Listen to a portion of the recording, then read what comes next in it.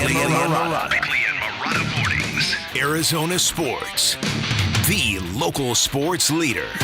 Bickley Blast. Face the Phillies in the postseason, and you're not just playing a baseball team. You are battling an entire city. A gritty, dirty city that features the loudest, nastiest, in-your-face fan base in North America, and it's not even close. Their sports fans have been accused by Rolling Stone magazine as having the decorum of a pack of rabid Wolverines. Now, the Diamondbacks will feel the hostility long before they arrive at Citizens Bank Park. They'll feel it when they get off the bus at their hotel. They'll feel it on their way to the stadium. They'll feel it because you cannot miss it. Not in Philadelphia, where even the mascot is nicknamed Fanatic.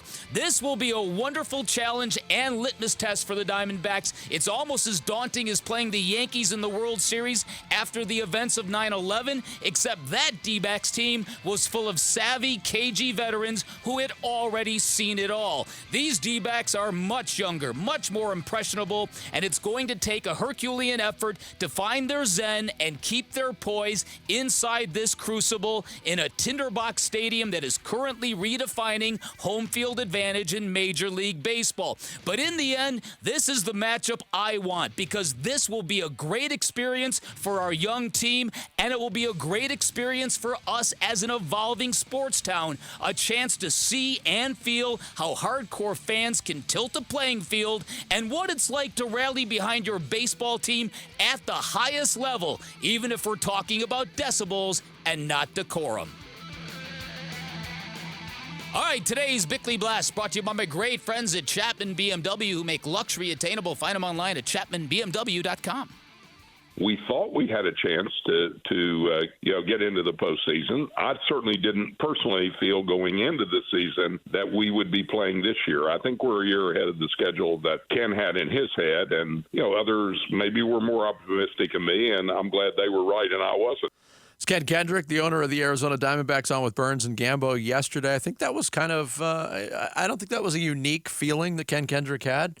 This team might be a little bit ahead of schedule, and that schedule's been accelerated now because here they are, 8 games away from hoisting a World Series championship trophy. Oh, yeah. I'm real curious. I'm just asking a question. I'm not disagreeing with what you said in the blast. Okay.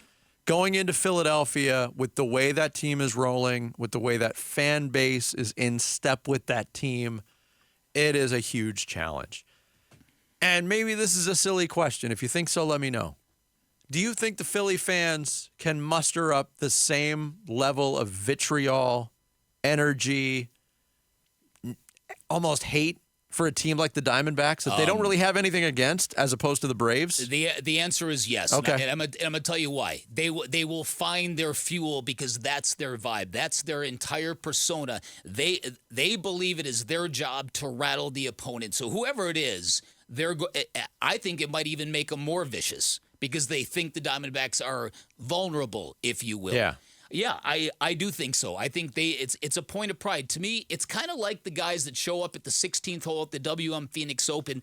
They don't just show up to get loud and drink and be crazy. They come prepared. They come with well-curated insults, stuff deep in like players on the Diamondbacks, they're going to hear things that they didn't think anybody knew.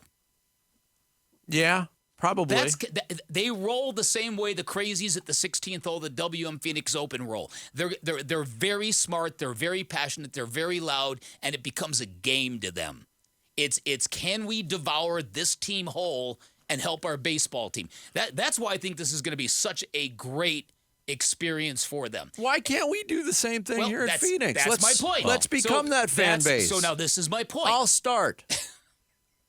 Brandon Marsh had 1 home run in the National League Divisional Series against the Braves, which matches the number of times he's washed his hair since 2017. They are a gross-looking team. They're very much. They remind me very much of that Phillies team. The 93 Phillies. Absolutely right. Yeah. The John Kruk, Darren Dalton. Oh yeah. And this team, they all have like grizzly beards and long. Yeah, Lenny Dykstra, Mitch Williams. But yeah, Bryce Harper and Kyle Schwarber, they all have these grizzly beards and long hair. That's what their audience demands. It's what their city demands. Philly has been described as unnecessarily angry and hostile. unnecessarily. It's their vibe. It's what they do. And I think these baseball teams, it used to be you had to be a certain kind of player to survive New York. That's kind of gotten, now it really kind of feels like you got to be a certain kind of dude to play in Philly. Oh, I think that the overwhelming success over a 20, 30-year stretch from New York and from Boston Philly has sort of become now the little brother of that area. And they have that resentment, and they feel like, it's a tough city. But the thing about the atmosphere, the Diamondbacks are so young that it could work one way. How young are they? They're so young and inexperienced, it could work one way or the other. Either they could be completely overwhelmed by the moment, or they could be, the old adage is that like they're so young they don't even know what's going on, so it doesn't bother them. And look at the veterans on Atlanta. I mean, they didn't perform up to their capabilities in that environment. But Philly has all the experience. With all due respect, Jared, to me, this is – I don't know if you can be young and naive to that kind of setting around you. Now, maybe you'll have the ability to shut up. Orlando Arcia, this dude who played for the Braves and kind of gave Bryce Harper and Nick Castellanos all the fuel they needed. Did you see the way the Philly fans ate that guy alive and got in his head? They literally ate him alive. Forks. Yeah. No, but I mean, there's footage. He's in the Whit-Whiz. They got to do what they did to the Dodger crowd, and if they score 3 or 6 runs in the first inning, you take a little bit of the crowd out of it, right? Orlando Arcia started jawing with Philly fans behind him. Ronald Acuna Jr. had to put his arm around him in the dugout and say, look that way. The game is that way. That's what they do to people.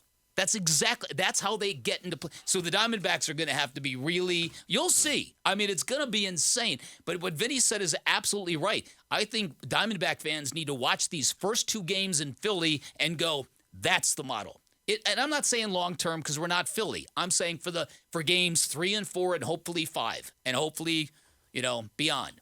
That's the model. And the other thing is they are the defending National League champions. They are. Who lost the World Series last year and have that whole built-in storyline of we need to get back there and right that wrong.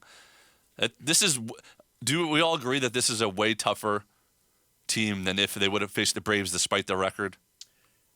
I definitely thought that in watching the first few games of this series unfold, regardless of what happened with the Diamondbacks, is that the Braves were turtling a little bit. The Braves are, in that group of teams that had marginalized starting pitching, and didn't come. They couldn't overcome that. People who cover the Braves claim they've never seen their baseball team look so tight, constrained, restricted. Now that's not all because of the Philly fan base, but I think it was the team they were facing, the pressure of it all, the stage. Yes. Yeah. But, look, and the fact that they were the best team by far in the major leagues this year. And if the Diamondbacks can win one of these games in Philly, do you know what it might do for the confidence of this team? Oh my gosh.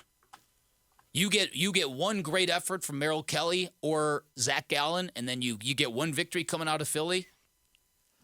Changes everything. Top 5 teams in Major League Baseball in regular season wins this year.